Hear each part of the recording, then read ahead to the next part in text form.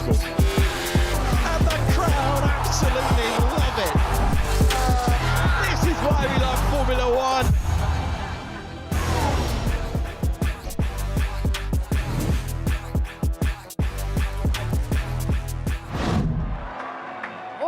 Lando Norris had to do this evening was stand on that podium. Sounds simple, right? But this is a title decider. It's a pressure cooker. But in finishing P3 behind Max Verstappen and Oscar Piastri, his title contenders, the fiercest of rivals, he has achieved a lifelong childhood dream. He is your 35th Formula One world champion. He is the 11th Brit to do so. And tonight in Abu Dhabi, Lando Norris has made history.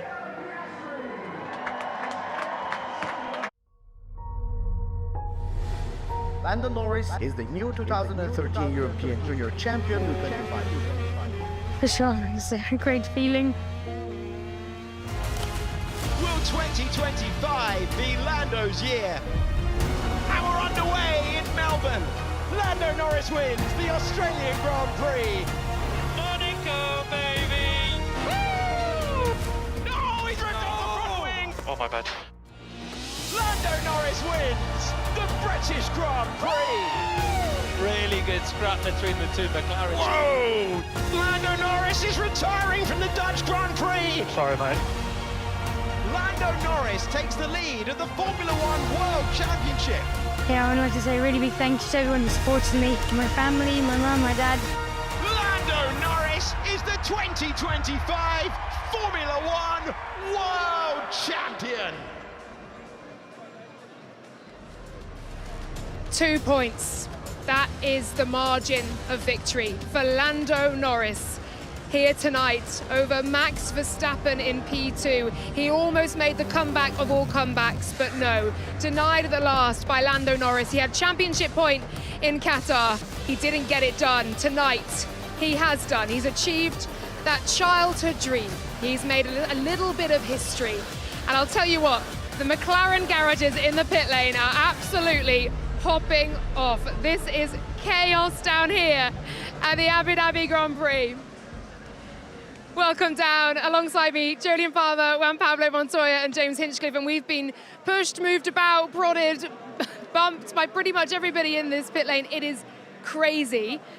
The crowds around chanting Lando's name, but equally you have one side of this garage who is desperately disappointed. You have a garage just a few doors down who are desperately disappointed. They are the highs and lows of sport. Guys, your reactions please to what we've seen tonight. I mean, it's what sport's all about, the emotion at the end of it. A rock star on the podium who's just been crowned a champion. And seeing that VT as well, you're reminded of the roller coaster ride that Lando has had to get there just this year, let alone his whole career. But they did what they had to do. McLaren, I thought they executed it really well. I thought Lando did very well. They all rose above the pressure, which was the incredible thing for them to be champions. Yeah, I think, as you said, I think Lando all year long has been amazing. I think they were very clever today, McLaren putting Oscar on their hard tire. I think that was like a big shocker. I think he was very timid, Lando, at the beginning of the race, and he didn't need to put himself in that position. But I think as the race went on and the nerves calmed down and you start executing, he did good, the crew did really good. It's just, he did exactly what he needed to do. And for the guy that came in with the most to lose in the championship lead, he almost had to work the hardest of any of the top three. That early stop puts them out in a bunch of traffic. We were sitting in the office thinking, oh, have they got this wrong? But I love the fact that he had to work for it. You know, he worked hard. He made those incredible passes on track, sometimes a little off track, but he got done what he had to get done. And ultimately, you know, we said it at the beginning, there was no loser here. There was no wrong champion. No matter who hoisted the trophy was going to be a deserving one, and there's no doubt that Lando Norris deserved that win. Yeah, absolutely. And do you know what? You said it in commentary, Jolyon, and I'll say it here again. Shout out to these pit crews behind us, because under the most intense pressure and scrutiny, after a few slower ones through the season, they executed 2 perfect stops for Lando Norris, and they had to get those right. It was crucial. Let's take a look back at the race highlights. The title decider at 2025 is underway. Max Verstappen chops across Lando Norris as they were into the first turn. Very tight between Fernando Alonso and Charles Leclerc. Lando Norris is in second position and chasing your race leader. That is Max Verstappen. and Oscar's going on the outside of Lando. Can he go the long way round? This would be audacious! That is absolutely unbelievable! Into the pits for a hugely pressurised stop. Lando Norris in the Papaya McLaren going past 1, going past 2. Can Norris use the slipstream and get ahead? Tsunoda, nearly off the road there. Lando Norris, decisive move to the inside. The turn 5 incident involving Lando Norris and Yuki Tsunoda, no further action. Long stint for Oscar Piastri, yet to stop. Max Verstappen diving to the inside, taking the lead on track. He came roaring back, but the comeback of all comebacks will fall short. Max Verstappen wins the Abu Dhabi Grand Prix, but this will be a victory lap for Lando Norris, who has grown resilient in order to stand centre stage in Formula One. And after 24 rounds, Lando Norris is the Formula One world champion. You made a kid's dream come true. Thanks so much. I love you guys. Thanks for everything. You deserve it. I love you, Mum. I love you, Dad. Thanks for everything.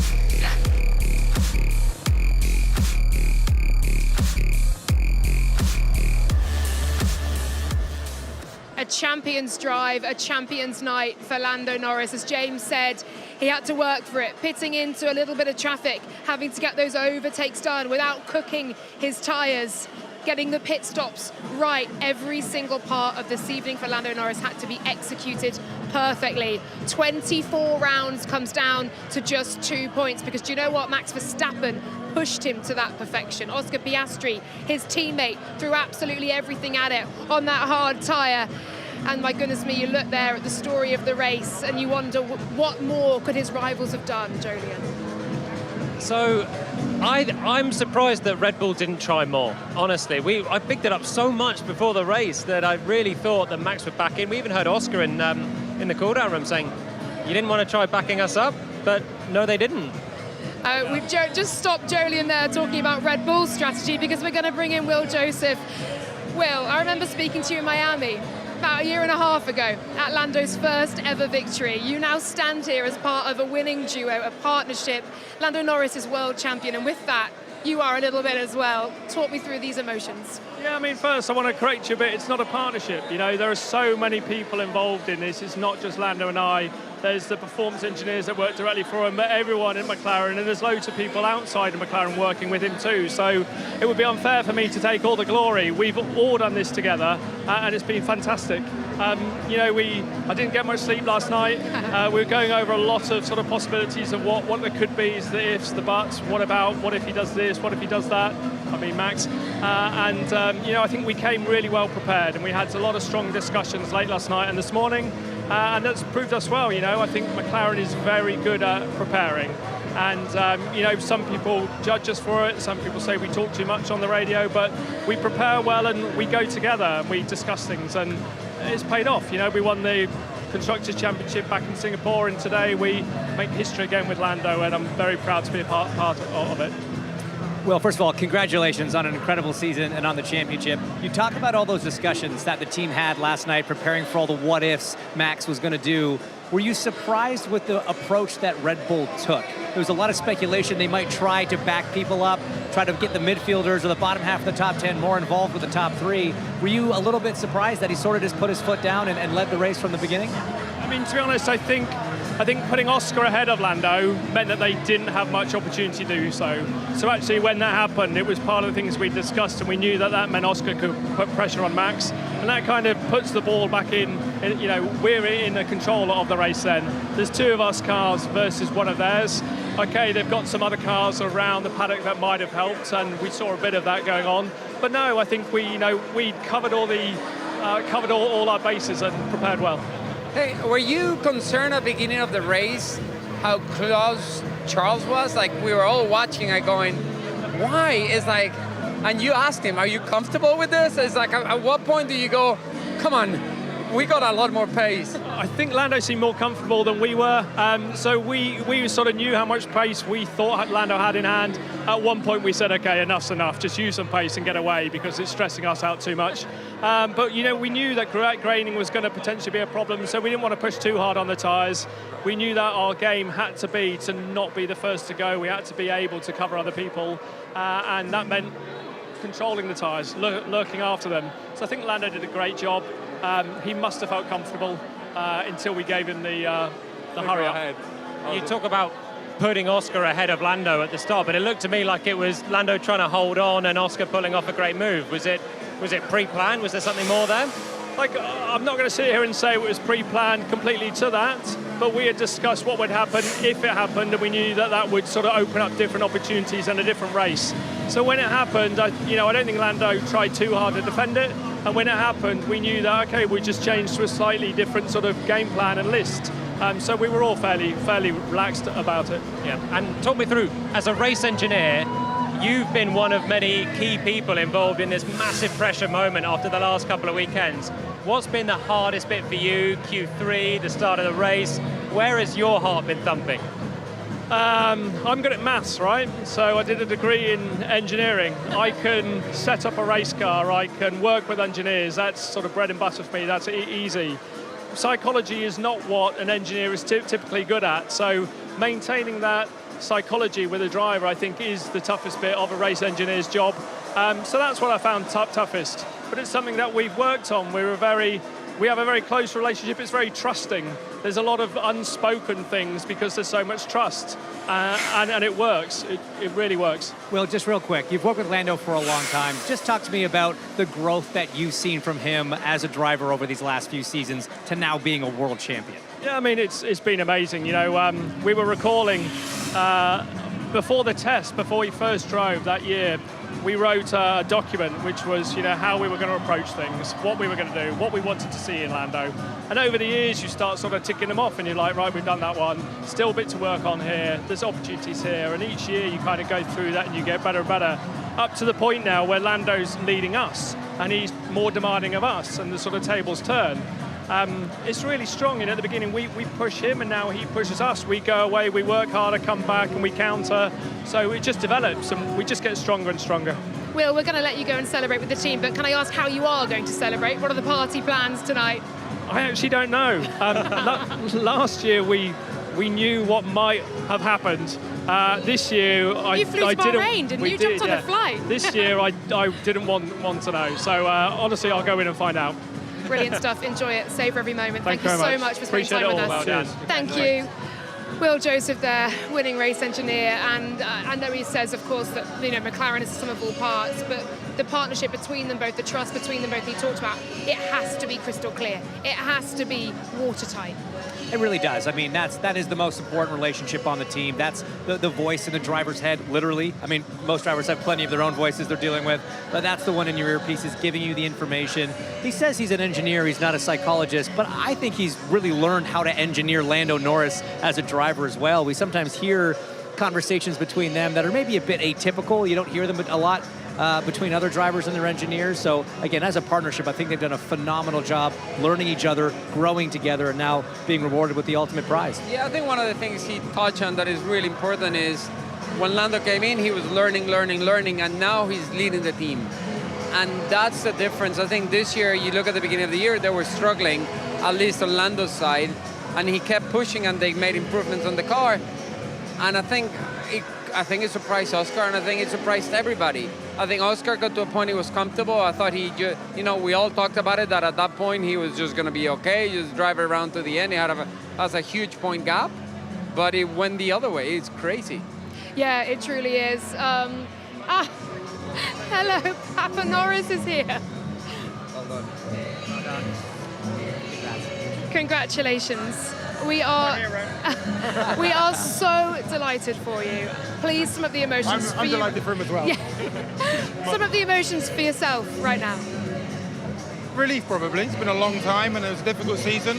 And in the middle, when we dipped below, but you know what do you do? I don't know about you know what it's like. It's a long journey. It's a difficult journey, and probably there's a lot of pain involved in getting there. And painful days and long days and sacrifices. So, and now we're there. Champion of the world. It's cool. Champion of the world sounds pretty good. Sounds good.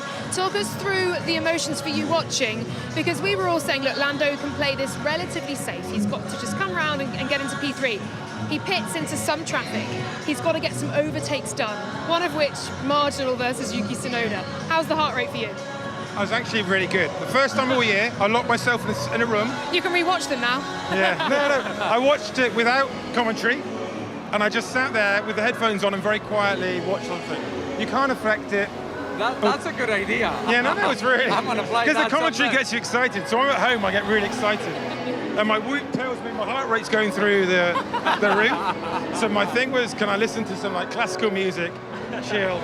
And you know that for the same thing, he had a puncture, he wouldn't have got there, or yeah, anything. You know what I mean? It's completely out of engine failure. And that is completely out of your hands. Exactly. You're just hoping for the best. You know what I mean? You have to be so proud, not only for you, the whole family, everybody that's pushed for so many years. The team.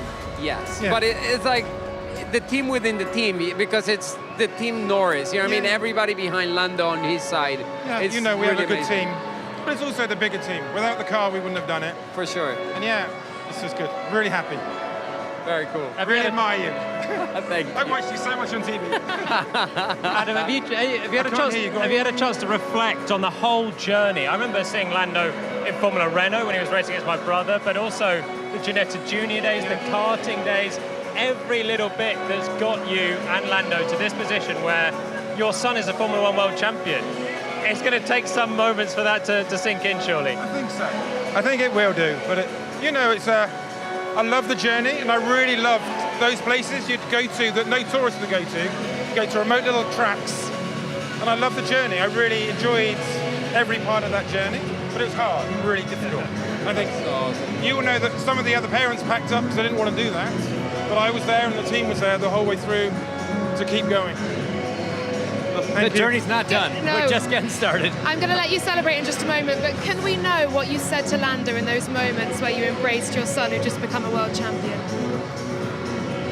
Probably, I can't swear, but it's just world champion of the world, isn't it? It's just you can never take it away. Someone's pointed out, you can never take it away. Yeah, that's it. It's He like is champion of the whole world. And now you need to it's go very for big two. in a way, between being first and second or third or fifth, and no one remembers.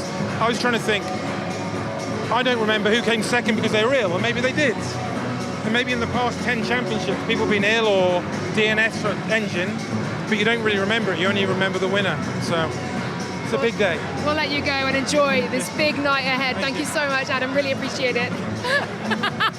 Wonderful stuff. Let's hear from your son. The new champion of the world is Lando Norris.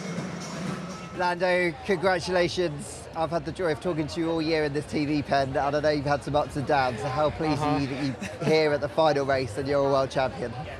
I mean, the most happy I've ever been. That's an easy one. I don't know what I'm meant to say, honestly. A lot goes into a season like this. Yeah, I mean, today, P3 is all I needed to do. Of course, I would have loved to do a bit better, but I was happy with that. And yeah, it's never a straightforward race. There's a lot of stuff that plays on your mind into a race like today, especially when I'm up against two of the other best drivers in the world. So, you always expect the worst in a way. But today was a fairly smooth day, and I achieved my little dream from many, many years ago. A dream that I shared with my parents, my whole family. They've all supported me since I was a kid, and it's always hard to imagine. It's hard to imagine how far away is it, what year is it going to be, what do you have to do. But now I know, which is a pretty incredible feeling. So I'm pretty happy. Just how tense was that race? Like, you were always in a position where it looked like it was going to be okay, but then there was the investigation that came in, and that wasn't an investigation. It must have been so tense. I was surprisingly calm. I've actually enjoyed how calm I've been over the last 2 days. I was a little bit nervous into qualifying yesterday, and a little bit nervous into the race today, but I don't know if I was a lot more nervous than normal. it's just a little bit more on your mind, a little bit more like, what happens if this happens? What happens that? What happens if something happens on the car? Just a few more. Your mind's just whirling a bit more. But look, I've been confident. I've found a good rhythm with the car halfway through the season, and I feel like I've been able to find confidence in myself, in my ability, and my ability not just to win races, but to go and fight for a world championship. I've certainly had some fortune this year, but I've certainly had a fair share of tough moments, and especially at the beginning, a lot that I struggled with, and lost a little bit of belief earlier on in the season. So more for myself at that point. It was nice to prove myself wrong in a way at times, starting off in kind of Monaco qualifying and a few moments after that. But the second half of the season, I really been able to show to myself what I could do, what I was capable of doing. Of course, I had two other guys that are pretty freaking fast, and certainly made my life tough this year. And Oscar the whole way since round one, I knew he was probably going to be the toughest guy to beat. And then you can never count out Max. Max is Max, and we certainly never counted him out. But for anyone who might have done, he proved you all wrong. So I'm glad we kept ourselves on our toes, and we were ready for such a thing. But a pleasure to fight Max, four-time world champion. So for me to have those fights against him and enjoy those moments on track. Maybe not always enjoy them, but some of them. But just to share the track and fight against another world champion like him, and certainly Oscar as well, who will be a world champion. I really enjoyed this season because of that. As much as they made my life hell a lot of the time, it always kind of, those moments I almost enjoyed the most. Great stuff, Lando. Incredible work. Happy Thank celebrating. You. Cheers, mate. Thank you very much. Being a world champion, congratulations.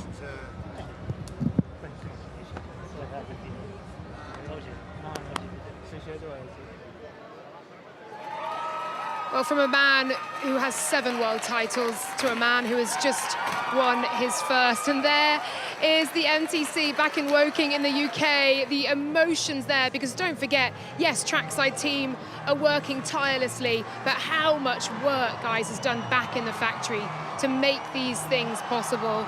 Lando Norris, your world champion, you heard from him there. Last year, Max Verstappen said to Lando in the media pen, your time will come. Lando Norris has just said Oscar Piastri will be a world champion at some point. But, I mean, the collective effort from everybody around and how happy the grid is for him as well speaks volumes. No, it does. I think he's a popular guy in the paddock.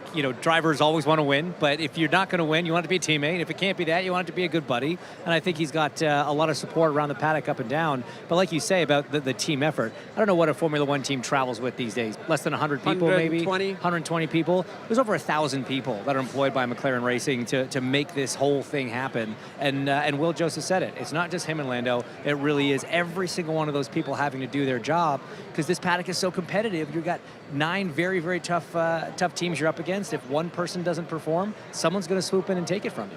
We've made our way into the paddock, as you can see, and behind us, the scenes here as McLaren celebrate. We're hoping to grab an interview with Zach Brown, but I'm going to move the conversation on to Oscar Piastri. You called it. The decision to start on hard was a bold one. It was the right one for you? Yeah, it was the right one, especially with the move. As soon as Oscar got to second, and they said, Lando didn't even bother. He'd go ahead, and it was the right decision because he put Max in a difficult situation. He's got a tire that is going to last longer, and is going to compromise Max's race completely. At that point, Max, the only option to win the race is to push and create a gap. What a move it was for Oscar Piastri to get into P2. And Jolien, you were saying there, was it a move to get into P2, or did Lando seem actually quite comfortable with relinquishing that position? It was a move. Okay, I think Will was more comfortable than Lando, because this was Lando defending, and then Oscar he really sent it, committed on the brakes. It's true that Lando was maybe a little bit more cautious on the brakes, didn't lock up, didn't run wide into him. That could have been catastrophic. But I thought Oscar was really brave on that first lap. Remember, he's on the hard tyres.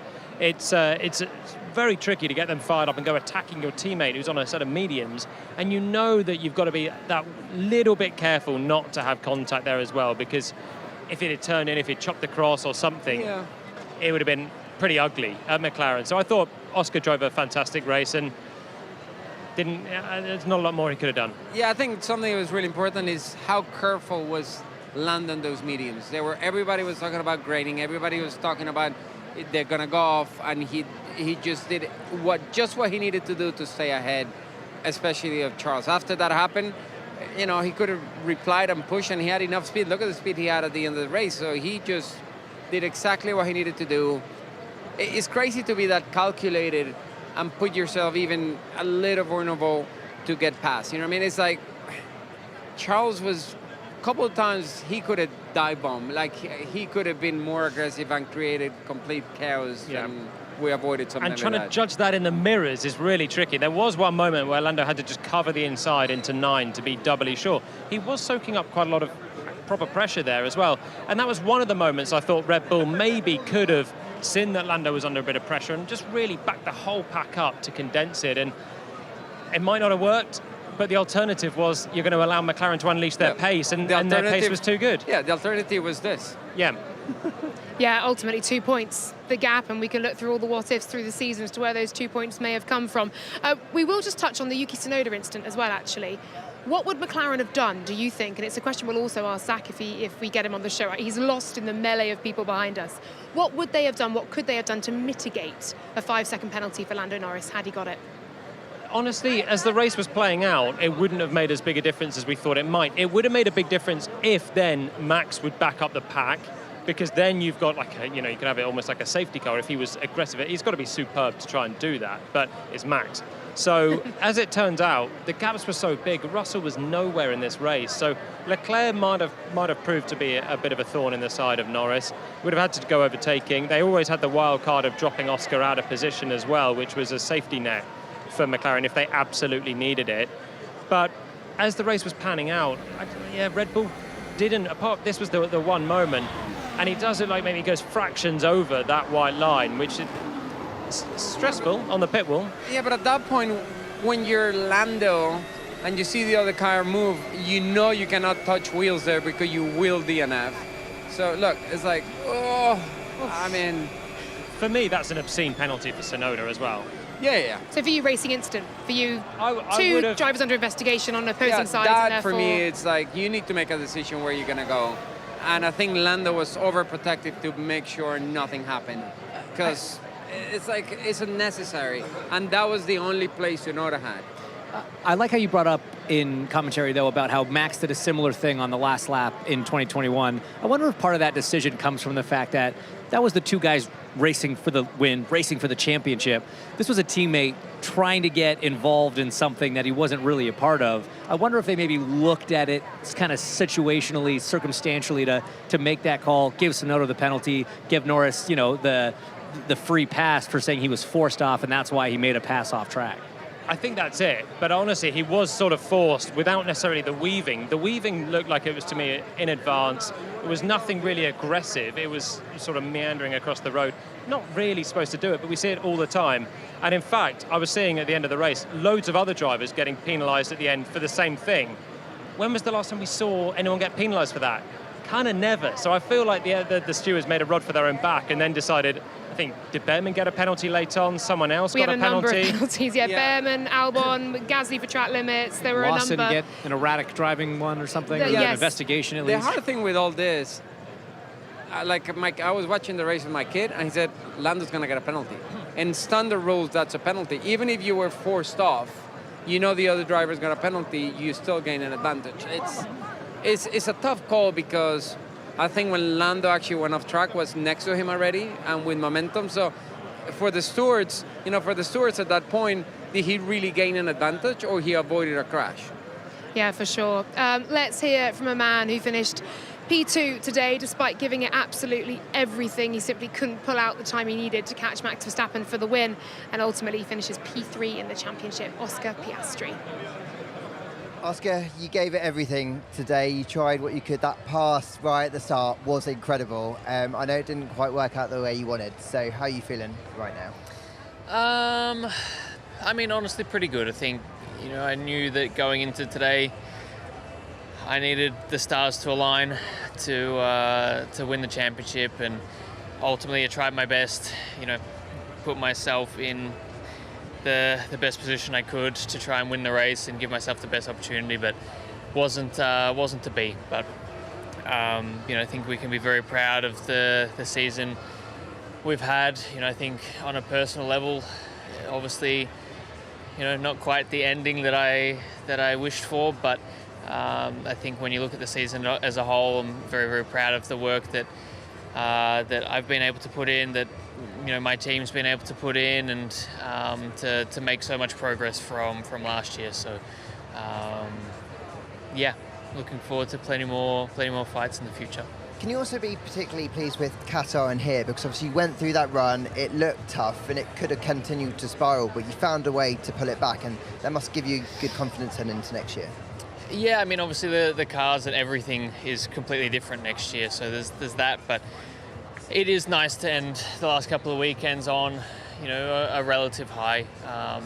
Certainly from a performance point of view, I guess individually, it was nice to find some form again, because it would have been pretty painful to end it on the note that Austin, Mexico, and Brazil kind of went to. But ultimately, ups and downs through the year. I'll look back on the ups with a lot of pride and joy, and look on the downs with plenty of lessons learned. So,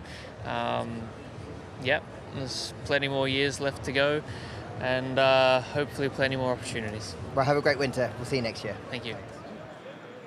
A reflective, resigned Oscar Piastri to a P3 today, and look, the last 2 race weekends, he's done absolutely everything he could. Where does he go from here? At one point it was a 34-point lead. He's now in the deficit and in P3. Doesn't matter. He's not the champion. P2 or P3 is the same result in the end.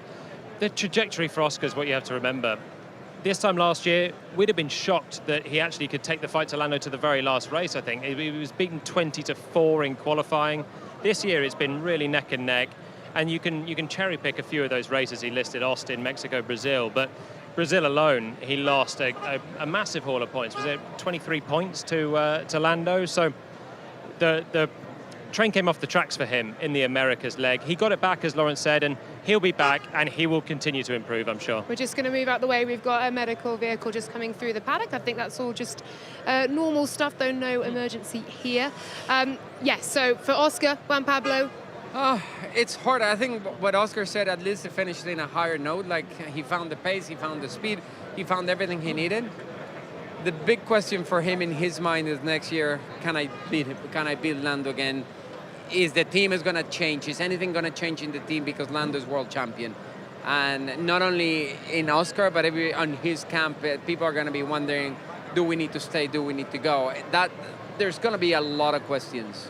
Yeah, there really is. I'm hearing Zach Brown maybe appearing over our shoulder at any point, but just your reaction to Oscar, the season he's had, what he was able to achieve, but the lessons he may have learned through that tough spot. 7 wins, 6 poles, led the championship for 15 rounds, more than anybody else. But to Jolene's point, you look at the trajectory, where he was last year, the step that he's made. Lando came into this season as the favorite for a reason. We thought the McLaren was going to be good off the back of last year. Nobody thought necessarily he'd make that kind of jump, but he did. And here we are, and welcome to the man. We'll bring in Zach Brown now. Zach, congratulations. We have had Adam Norris on, we've had Will Joseph on. I would like to hear your immediate emotions that Lando Norris is a world champion and McLaren have secured both titles. Yeah, just amazing. I mean, that was a unbelievable race. That was edge of your seat stuff, because there was just, Charles was in our DRS. It was a close call there with Yuki. Oscar drove brilliant. Max is a machine. And so to beat Max and an awesome team like Red Bull is such an accomplishment. Racing with Lando and Oscar, you couldn't ask for a better driver lineup.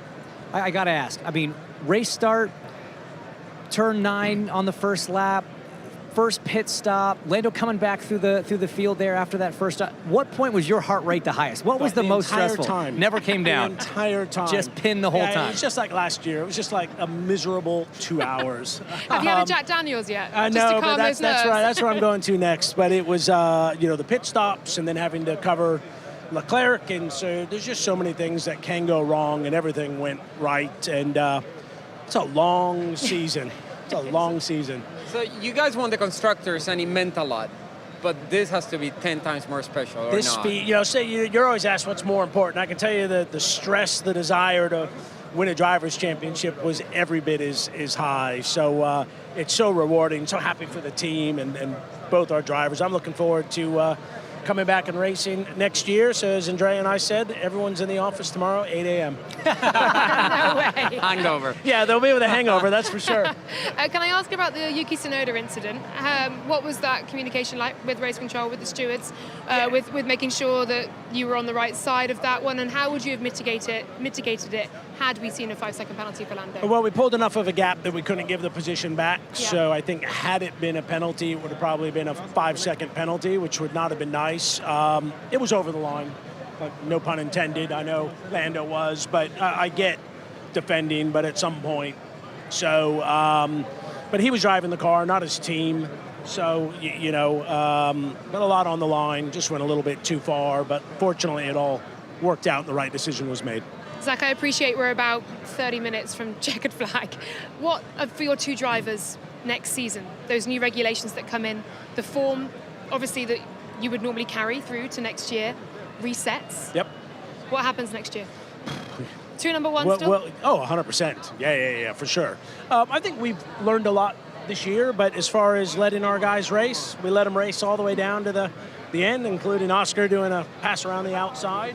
So we're definitely going to continue with that. But I think we'll, like you do every weekend, you learn, you refine, and we'll work with the drivers and go, we're going to give you equal opportunity. Is there things you want to do differently in the way you do that? And but no, we got two guys capable of winning the world championship. We'll see what happens next year. Lando Norris in his interview said Oscar Piastri will be world champion 100%. one day. How does he pick himself up from this year? And he's already spoken about the lessons that he's learned as well through this really tough patch in recent weeks. I don't think he needs to pick himself up. He should be proud. He won 7 races. He led the championship. Of course, he'll be disappointed, but I don't think there's anything he needs to pick himself up from. I think he just needs to go again. Brilliant stuff. And go again next year. You will. Enjoy tonight. Thank you. How are you going to celebrate? What's the plan? Paul Joseph didn't know. Packing and going to the airport. It's what we do for a living. Thrilling. living life on the mild side. We want to, we want to celebrate with the entire team. So obviously there'll be a little bit of something tonight, but we want to do it as a team, which means 1,400 people back at the MTC. Yeah, we saw the celebrations there. That's brilliant. That was cool. Amazing. Zach, thank you so much. Congratulations. Thanks for letting Thank you for your guys all year. race. Oh, thank you very much. Enjoy tonight. Thank you, Zach. Alrighty, let's hear from the opposing team principal. One will win, one therefore has to lose. Lauren Mecky's just missing out with Max Verstappen. Lauren, huge congratulations on victory in the final race of the season. Of course, Max not just able to take the Drivers' Championship, but how are you feeling after the end of an intense battle? Extremely proud of the team. It's an amazing comeback, an amazing win. Dominant win today on a clean race. It's not the track where we're expecting to dominate, but that's what the guys with Max have been able to come up with, a super fast car here. I think very, very proud of the amazing job everyone in Milton Keynes have done to give us not only that race, but a sensational comeback in the second part of the year. Well done to Lando. It was a tough but a great fight.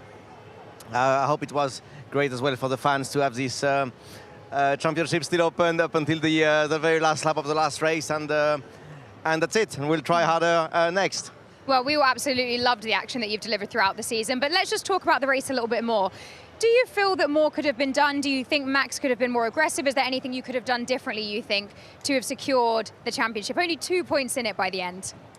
No, really, I don't think so. It was the most perfect race in terms of how the team and Max have managed it from the start, from the pole already yesterday, starting from a difficult Friday, the dominant pole yesterday, leading pretty much from the beginning to the end. Super good tire management. I don't think there is anything we could have done. As we had said, we cannot control what's happening behind, and we just look at ourselves, and I don't think we could have done anything better today. And in terms of Yuki Tsunoda, he got that penalty for that moment with Lando Norris for changing direction. What are your thoughts on that and the fact that Lando, of course, didn't get the penalty? Do you think that that was fair? How did you see it? It was a surprise. It was a surprise, but it's always the hardest job in the world for the stewards to come up with something in sort of situations. It was a surprise, but ultimately it did not affect the result of the championship. So we just keep the win and well done to Lando for the title. Final question, when you take a step back and you look back on the season, of course, you've stepped up into the team principal role here. Yuki Tsunoda, Max Verstappen with this incredible comeback through the season, and now Yuki's last race with the team as well. What are the feelings on this Abu Dhabi night? You know, it's always full of emotion. I think the dominant feeling is that we got a sensational turnaround, something that you don't see every year, probably you don't see every decade, and that's what the girls and the guys have done. So, you know, that's the dominant feeling. Very, very proud, very impressed by this team that never ever gave up on this season, and it was pure racing spirit up until the last lap. We are missing 2 points, but it doesn't change how extraordinary this turnaround has been. Well, thank you for an incredible season for all of us fans watching. It's been great. Enjoy a little bit of a breather. Thank you, Laurent. Brilliant to hear from Laurent Mekies. We've heard from Lando Norris and Oscar Piastri. Let's hear from that man, a 4-time world champion, denied for his 5th tonight, Max Verstappen. Well, congratulations on the race win today, but obviously I'm mixed emotions of just missing out on the championship. How are you feeling right now? I feel good. I mean, I was already prepared for these kind of outcomes because we needed a bit of luck, you know, to win. And from our side, at least, we optimized the weekend perfectly. We put it on pole. We won the race in, I think, dominant fashion. So there's nothing really that you can say about that. That you, at the end, of course, then, lose the championship by 2 points looks, of course, painful. But at the other hand, if you look from where we were in Zandvoort, more than 100 behind, then I think it's not too bad. How proud are you then of the way that you and the team responded from after Zandvoort to pull yourself into the fight? Yeah, I'm very proud of the whole team. We could have also very easily have given up at that point when you're that far behind, but I don't think that's how this team works. We always try to look for improvements and understand our issues, and that's definitely what we did. And that turnaround has been fun. And today has been fun. I mean, that we didn't win the championship, okay. I mean, that happens, that's life. It's not something that I'll be too sad about. Life goes on, you know. I'm just very proud with the people that I work with. They are my second family. And we will enjoy this moment. We will enjoy the second half of the season and be proud of that. And next year is going to be a big question mark for everyone anyway. Great stuff. Thanks, Max. Have a good winter. Oh, I mean, that was, as Hinch just said to me, an introspective Max Verstappen. GP displaying a fair few emotions there on the pit wall, head in hands. Your thoughts on Max Verstappen's reaction to tonight? Honestly, I didn't know if I could be more impressed with Max Verstappen, but how he's handled this whole kind of run up to this potential championship, I think has been incredibly mature. He said several times, hey, winning a 5th, it's not going to change my life. That's something that you say in the build up to a championship finale, but you listen to his radio message immediately after winning the race but losing the title. It was, hey, I'm not disappointed. I'm proud of the comeback that we had. You heard that interview there. He said, yeah, I've been prepared for this. You get the sense that he's being honest when he says it's not going to change his life. He did his best. It was a great effort, but he's not as broken about it as I think a lot of drivers would be. So it's a very mature reaction, very mature approach, and it shows you what kind of a driver, a sportsman that he's become. Did it seem to you guys that Red Bull were perhaps relying more on a McLaren mistake or a McLaren fumble or similar than they were in actively taking the race by the scruff of the neck and making it theirs? Yeah, I mean, from the front, I've said it already, you have the track position, so to do anything different, to put the pressure on McLaren, they would have had to put the pressure on themselves. And they were very content to win the race and hope that McLaren would blunder a bad pit stop, but then when they were done, then there was just reliability left in those closing laps. But I think if you contrast Max in 25 to Max in 21, 0 championships, the level that he was going to do anything to beat Lewis Hamilton and Red Bull. I mean, obviously Sergio Perez did a great job on that day. Yuki Tsunoda didn't do it as much or much at all in today's race. There's a massively different mentality. They're happy to lose today. Honestly, the team they've had a great race, no doubt about it. They've won dominantly. Laurent's absolutely right. But Max even was smiling in the cool-down room straight away. He has a respect for Lando. They all have a respect within the three of them, and that was different in 2021. The lengths that they would have gone to win the championship then were different here. I don't know if it would have made a difference in the outcome, but it would have made a difference to the race. So is that a good thing or a bad thing? Because you still got to fight for them. You know what I mean? I think the problem is coming to this one. It was such an outside chance with the McLaren pace for the race that they knew like something would have to happen. Like they knew even if McLaren would fumble a little bit for them to be outside, especially with the two cars, and knowing that Oscar would have to play ball, they needed something special, and the Mercedes wasn't there today. And surprisingly, the Ferrari was. Honestly, when the Ferrari was so close to Lando, they should have gone, hey, I think this is the time where we need to put a bit of, make something a little awkward for the race, where maybe in 21 they would have done that, where today they just focus on getting the result. I mean, the problem is when you go for championships, sometimes you win, sometimes you don't, and I think he's satisfied with the job the team done. It doesn't guarantee that you're going to be a world champion. It's the same thing with Oscar. Oscar is maybe a little harder because he was leading the championship and he had a huge lead, where for Max, he comes from behind and he's doing everything and he's running out of time, and he ran out of time and he nearly got there. And as you mentioned, of course, with Max Verstappen, in terms of how he was on the radio in his interview, equally on the radio, he's risen to that role of team leader in recent years, and the way he spoke to the team, the way he rallied, the way he said how proud he was of the team effort, it was special. He's super impressive, the way that he's matured over time. He's calmed, he's still unbelievably quick. To be 2 points away in a car that's been nowhere for a lot of the years speaks volumes of his talent. And yeah, he's galvanized that team. Remember, Christian Horner was the boss up until the summer. The team were, a lot of people were leaving. Laurent Mekies came in, was eyes wide open when we spoke to him in Belgium. Hadn't even unpacked his suitcase, had he, from Milton Keynes to Silverstone. The transformation that team has had has been massive in the last 2 years. Adrian Newey's gone. The number of key personnel that have gone has made a massive difference. Yet Max remains, and his level of performance and his level of now leadership in the team, I think, has been a key factor in them getting this close. And there is a level of maturity where it's not happened. They've given it a huge amount. They've played a fair race. They've not tried to meddle. They've just thought, right, okay, we'll do our thing, and if McLaren falter, McLaren falter. There's a level where you have to credit that. It didn't happen for them. They gave it a good go, and the ferocious competitor will be back next year.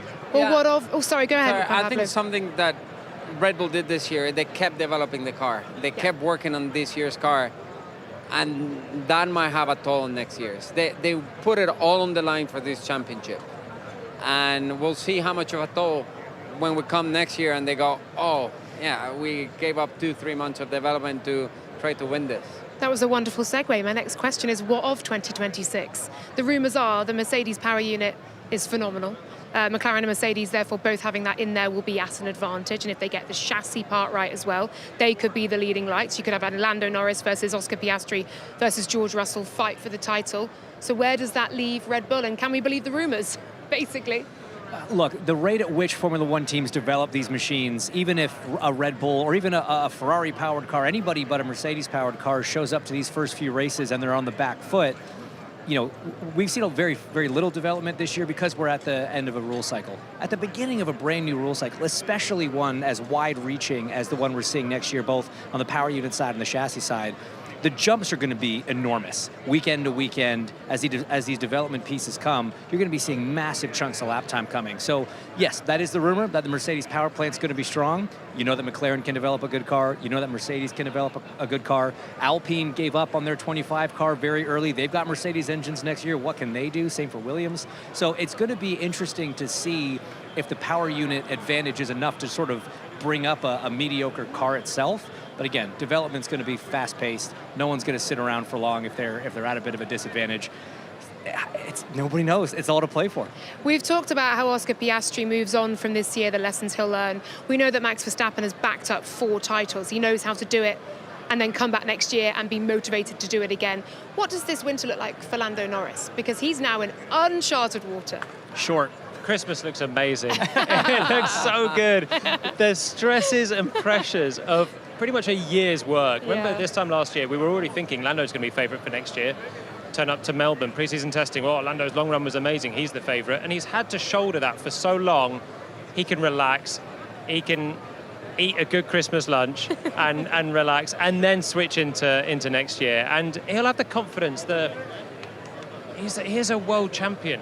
If he does nothing else in his career, he's a world champion. I'm sure he's only 26. He's going to want to do a lot more in his career. But the confidence that gives you, we've seen it with Max, we've seen it with Lewis. You win one and you can go on a run. The new regs will be a complete minefield for everyone. There'll be a reset for everyone. Who knows if they'll be quick or not. But arriving to 2026 as a Formula One world champion doesn't get better than that, surely. Yeah, but for me, I think it's the other way. For me, I think, yeah, he's going to take a week off or a couple of weeks off. But he wants to prove to everybody that this wasn't a fluke, that he can go and he can start winning championships and get the job done. So I think you're going to see a really strong Lando next year, because he doesn't want to go next year and get Oscar to beat him. So he wants to prove, I did it last year, I'm going to keep doing it.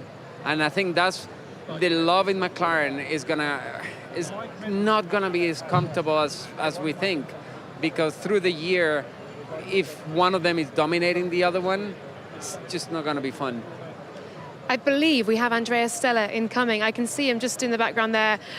We'll see if he can come over. Do you have a quick word on Lando Norris being able to weather the champion's burden over Christmas?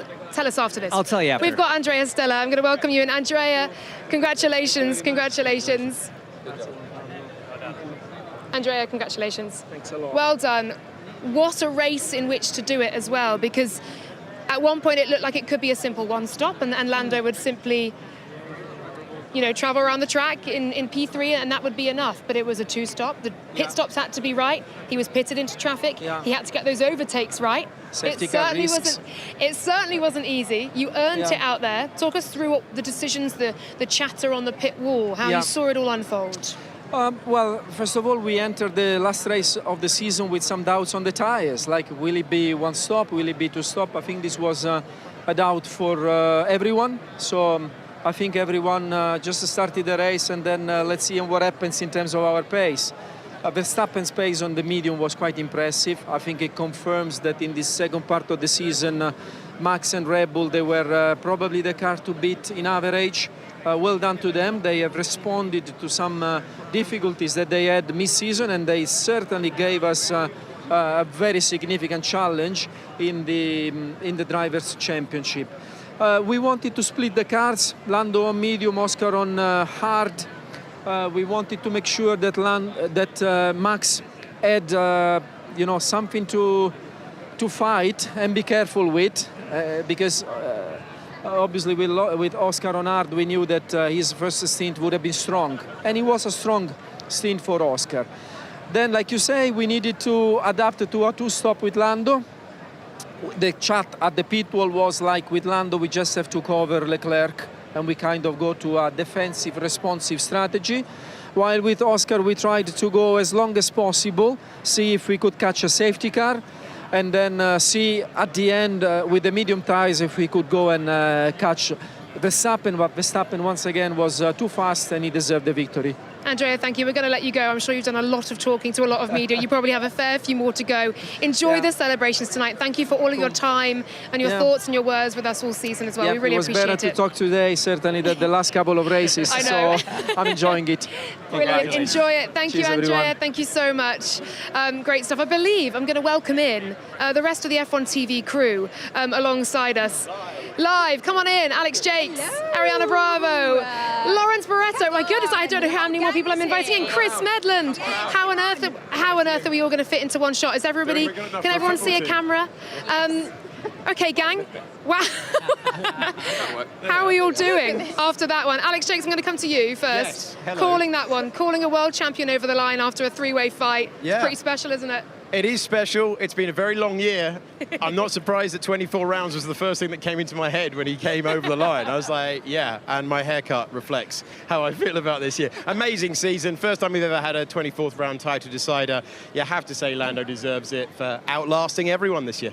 And Ariana, coming to you as well, you've buzzed about the paddock with us all season, getting all the immediate reactions from happy team principals and less happy team principals. How much have you enjoyed this season and our title fight tonight? I have absolutely loved this season. It's kept us on the edge until the very end, and I think that coming down to the wire in the final race was a fitting finish for the season. Perfect, wasn't it? Chris, same for you as well, and Lawrence, both of you two buzzing about for us and getting all of those immediate reactions. I know it's so special to feel that emotion and adrenaline. I just buzz around when he's not here, don't I? Just and shine You're the shoes up for him. But, the B side. Yeah, exactly. Right, the same show. I'll take the B side. Been great fun, and you're right. So much energy actually towards the end of this season as well, as it's got tighter and tighter. I'm very thankful for McLaren for not prioritising a driver and making sure we had a title fight that went to the end, and then fair play for them getting it done as well. It's always great to be in the TV pen, I think, after a session, particularly like a day like this, because there is so much emotion in there, and Lando talked longer than he ever has before in the TV pen just now, and you get to see these guys up close and personal just after they've been in the racing car, and it's a great privilege to have the opportunity to do that. We're very grateful Lando spoke for so long because it enabled us to walk from the McLaren pit lane garage side all the way round to here. So we're very grateful it was a 5-minute interview because we needed the time. It's the time of the year that I will look forward to, but I sort of also dread because we're all going to look really, really silly. Here are the F1 TV bloopers for 2025.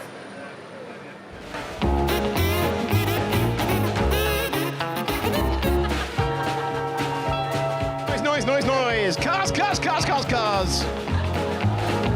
Yeah. I like your jacket. Oh, you can see me as well. Hello. Yeah. Oh my God, yeah.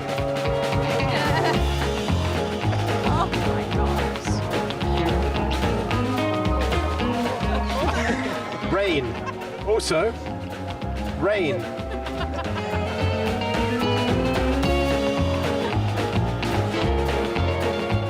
Oh God.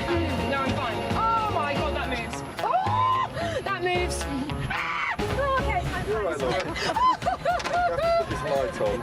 This is literally the blooper reel, isn't it, for this season? Please tell me that's enough.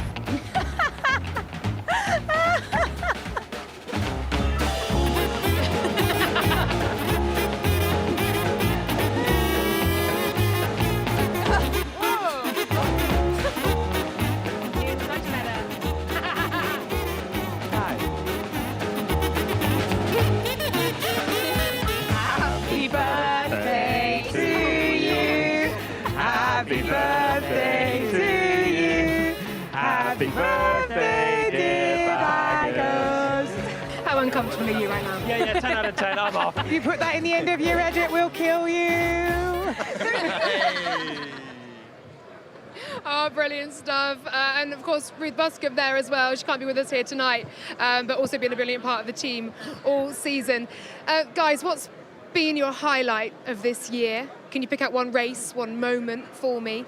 And a look ahead to next year, please, and a prediction. Shall I kick us off? Yeah, go on, Palmer. Alex Jakes declaring he was wearing his wife's jacket on the post-race show in Belgium's right up there, as proven by the bloopers. But a serious one would be Melbourne. Best race of the year still. Drama before the lights went out. Drama all the way through. I was on Parc Ferme interviews on the day, and I left the comms box under safety car. I got to Parc Ferme, and they were still nose to tail for the win at the end for Verstappen and Norris, and it set the tone for the season. It was perfect. And Juan Pablo, we've loved bringing you in as part of the team as well through the latter part of the season, and hopefully much more for you next year too. No, I'm so happy to be part of this. It's been really exciting. I have to say, Lando winning here is so special to get to leave it with you guys here and actually experience the whole weekend, because for me, when I experience the weekends with my kid racing Formula 2, I don't really pay a lot of attention. You have to now, a little bit. Everything. We'll keep you on your toes. Look, I love the team dinners, during the weekends in different parts of the world, all over the place. The rides into the racetrack, that one in Austin, having to talk our way through a couple police checkpoints, that was a highlight. But no, on track, being here for a title decider, watching a first-time world champion, it's tough to beat that. I haven't had that opportunity, to be at a title decider like this. So very, very cool. Thrilled to be part of the squad. Can't wait for next year. British Grand Prix for me, watching Lando win in front of his home fans. He said how much of a dream it was to win on home soil. I think it's always special when you see a driver win their home race and how much it means to them. Just being part of the team for me, joining the fun. Get myself right in the middle, didn't I, as well? Just got my elbows out. But yeah, this has been great fun. Holding umbrellas on the grid for you in Miami when we didn't expect it to rain and everyone suddenly panicked. And the producers had to carry them round, so we had enough as well. So yeah, that's been great. And then sitting down with Max actually last week in Qatar and hearing him kind of be like, hey, we could do this, but his determination still, and yet the fact, as we saw today, that he wasn't overly stressed about it, I think that really added a nice bit of spice as well towards the end of the season. So I really enjoyed that and hope we get plenty more of that between front runners next year. Really enjoyed being abandoned by Jolyon Palmer with 6 laps to go in Sao Paulo. Wasn't tricky at all, thanks for that, mate. Silverstone was incredible because it's quite a high-pressured moment when a home hero wins that Grand Prix, and then a rare moment behind the microphone, getting to be a fan as Hülkenberg took his first podium. That was outstanding. This weekend, this is what we do it for when it all comes down to the wire like this. I just think it's been absolutely magical this whole season. It has been incredible, hasn't it? I've got to say Silverstone stands out for me, a first-time podium for Hulk, first-time home win for Lando Norris. And this weekend, this is why we do it, isn't it? For historic moments like this. I want to thank each and every one of you and for the crew as well who've been with us all season who can't be here, for all of your insights and expertise and answering all my silly and not so silly questions. It's been an absolute thrill. Thank you so much. Then also to all of the crew behind the camera who you guys don't see unless we're showing you them on the blooper reel or something's gone horribly wrong and you're suddenly seeing behind the scenes, but they work tirelessly and we simply could not do this job without them. Equally, the crew back at base in Biggin Hill who work sometimes through the nights. Again, so hard to bring you over 250 hours of F1 TV coverage this season. Congratulations to McLaren, Constructors World Champions, to Lando Norris, your 2025 Drivers World Champion. Thank you to Red Bull and to McLaren for providing blockbuster entertainment from round 1 through to round 24. What a season it has been. Thank you all so much to you for watching us, being part of the F1 TV gang, for truly understanding and getting what we do and why we love Formula One so much. We'll be back next season to bring you all of the action from a new era of Formula One. For now, from Abu Dhabi, goodbye. Thank you for joining us on F1 TV for Formula One's 75th season. With Lando Norris crowned world champion, Formula One in 2025 comes to an end. But the countdown starts now. There are 91 days until we are racing again in 2026. We cannot wait to be with you once more, all season long, on F1 TV.